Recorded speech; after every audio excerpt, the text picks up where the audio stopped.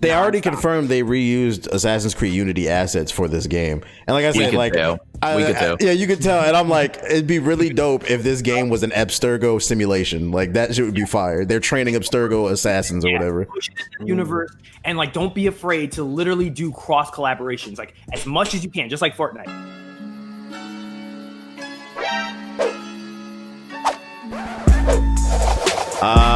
A new game that's came out since the last podcast, a new BR game from Ubisoft called Hyperscape. Bunch of people drop down, you fight, whoever survives wins, BR.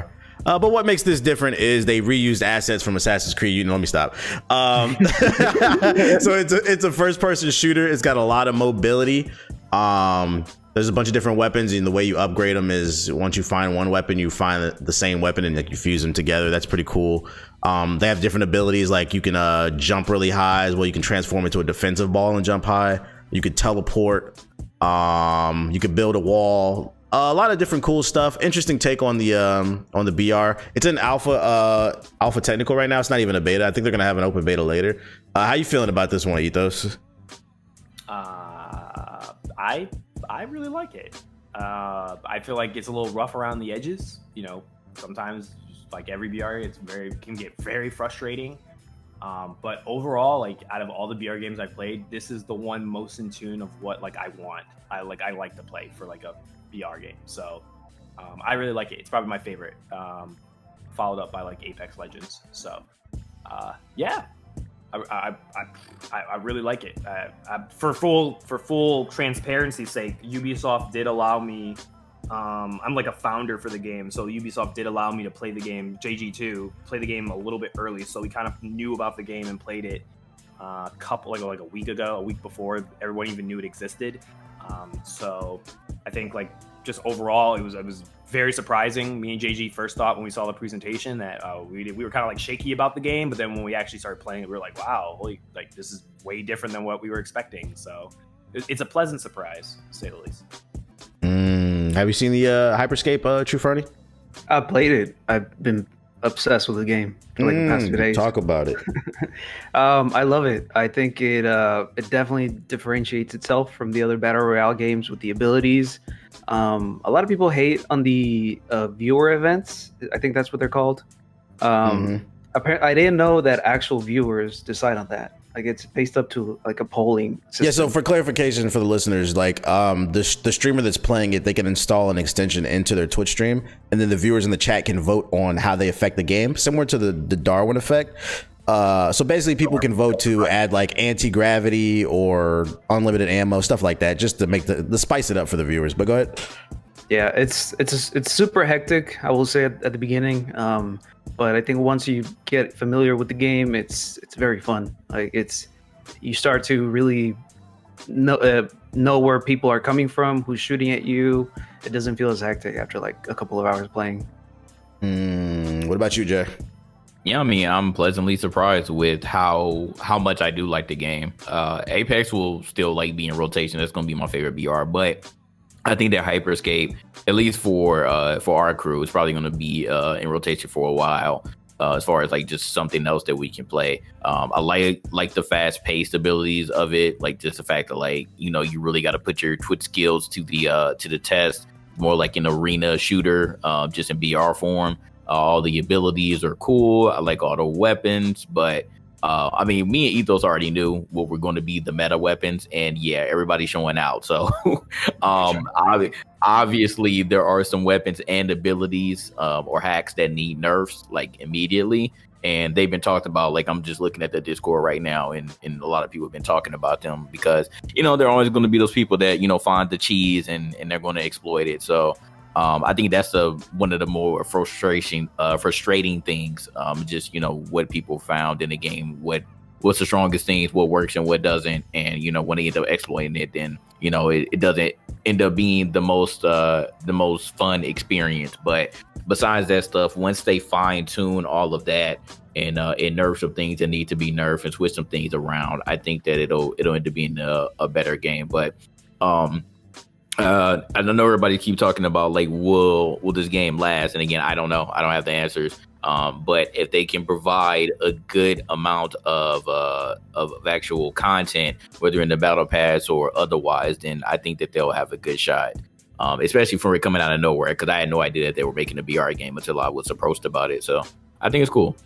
Yeah. I like the movement in the game. Like, it feels like Unreal Tournament or Quake, and those are my first PC games that I played way back in the early 2000s. So I like the fact that it's like a twitch shooter and it moves like that, the verticality of it. Although one thing that I can criticize though, like the verticality is so key in it. It's like I almost feel like they should be default abilities, because there's times where I cannot find the jumping abilities, and when you don't have those, you might as well just lie down, because people just be on top of the building just shooting your head, and because it's a BR, it's very frustrating. You're not going to always find it, because those are the abilities everybody's looking for. But I do like the movement in the game. The guns are cool. The only thing I would criticize is sometimes it takes a little too long to kill people. I don't know how y'all feel about the time to kill. I feel like it's fine. I think it's fine. I think people just need time to adjust. They're so used to playing crackhead like level shooters where at BR games where like you immediately get melted the moment someone sees you, like Warzone and like Apex has been like. I think that it just takes some adjustment. I think it's good because it does something that no BR game has done before, which is in the early game, guns can't milk you like really quick until you fuse them and get them leveled up. So it kind of creates a snowballing effect where initially, unless like you get really lucky and you find like a gold one off rip, but you start off the game and everyone has like weaker level guns. So you feel like even if you don't have a jump ability or something like that, you feel like you can get away from fights off like the beginning. So you don't ever feel like you drop and you immediately just die. And that happens so many times in other BR games where you drop and they like three teams are with you and they just rush you. Well, I'm not talking about early game. I'm talking about late game, because I mean, like, let's not act like we don't get to the end of the game and like it's impossible to kill anybody, and then fucking 6 teams pull up on you and it becomes a clusterfuck, and it doesn't feel like it's about skill. Like, it just becomes a clusterfuck to me. I think I'm talking about more in game is frustrating. Late game. That's late game. That's supposed to happen. Yeah, that's literally every BR. Like every BR is like that at the end of the game, because it literally Apex is not like that. Yes, it is. It is just. There's like times where like a Gibraltar ult will drop and it goes fucking crazy, but for the most part, they're gunfights. I would argue it's even worse, because I mean, just imagine if you still had like a white beater and you were facing all red Evo enemies, like you'll get melted very quickly. There's a lot of things I think that like a lot of people are like getting mad about Hyperscape that are literally like these things happen in every BR game, and I don't think that like trying to like put them completely on hyperspace is fair. I think it's more of there are things that Hyperscape does really good that hide the faults of like what BR games in general have a problem with. Mainly like RNG. Like I don't hear people complaining about RNG that much about this compared to like Apex. Like I don't ever have complaints of me dropping somewhere and being like, I can't find like any way to defend myself. There's always like a way. I don't ever have issues with like getting third partied inside Hyperscape compared to Apex, because I can always disengage when I need to. Another thing that I swear this is the best thing about this BR game, and no BR game, I don't know why they don't do it. There's no longer that mistake where your teammates tell you they're one hit and they lie to you. That does not happen in this game anymore, because you can tell exactly how much health you can see the health bar. I agree. Honestly, the best quality of life, and I hope even Apex, I hope every game adds it. We need to have those health bars, because I'm tired of like Siggy Gimme telling me he's one hit and I shoot him and he has like his armor back up. Like there's so many misplays that happen in BR games because you're given false information and off of like an idea, and you just don't have that information. You jump in and then next thing you know, you get killed for it. So I think like just with the pacing of the game and how much information they give you, and a lot of the like extra like the healing items and the downtime, by them removing that and just being like, okay, everything regens, you just keep going from point to point, it just makes the game fat. It just makes it where it's just like there's no, we're waiting around, I'm trying to find people, I can't find anybody to shoot at. You always can find people to shoot at. You can always move to wherever you want on the map. You can always outplay players. How do you feel about the drop system? It's all good. What do you mean, the like falling? Because people drop in quadrants. Like you can't just go to anywhere on the map. I'm in the middle about it right now. I don't. Yeah, I'm kind of iffy about that. Yeah, I don't like or dislike it. Yeah, I'm indifferent.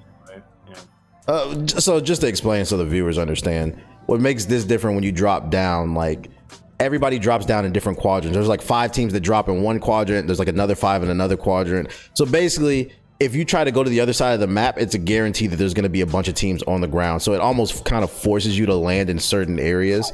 And I don't know how I feel about that. There's always like like there's no quiet places. Yeah, there's gonna be no. You're not gonna be able to just loot and then go fight. Like you're kind of forced to always fight.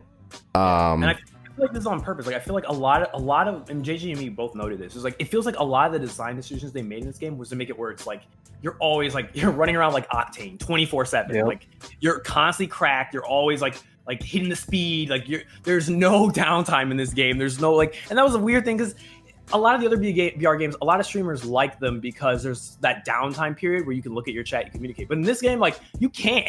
You look away for 1 second, you look at your chat for like 1 minute, and you can get sniped. You can get hit with an explosive. A team could pull up on you without even realizing it. So I do agree with you, TBH, on like I remember we talked about it yesterday. Where it was like I feel like this is kind of going to happen with the same thing happened with Titanfall 2, which is like the people who aren't good, the people who can adapt to the game, they're going to drop the game really quick. Like they're going to get dunked by people who. This is definitely a high skill game. It's a high skill game, it's the most high skill VR and that's game, what's going to kill it, in my opinion. It might kill the game. It might make it where it's like Titanfall. Only a very strong people don't like high skill games. They like Overwatch. They like yeah, it doesn't have enough for a casual fan base to want to play it. I feel like the only people who play it are like literally the Titanfall fiends, the arena shooter fiends, like any people who had the history with those games that really love those games and like wish we had a Titanfall 3. This is the best we're gonna get right now. So like those people are gonna play this game. But I find it hard to believe that regular casual players are going to. Because I'm not gonna lie, I've been in alphas and betas. This is hands down top 5, one of the sweatiest betas I've ever been in. Like I'm like, yo, this game is not even out, and these niggas is trying to go pro in this shit.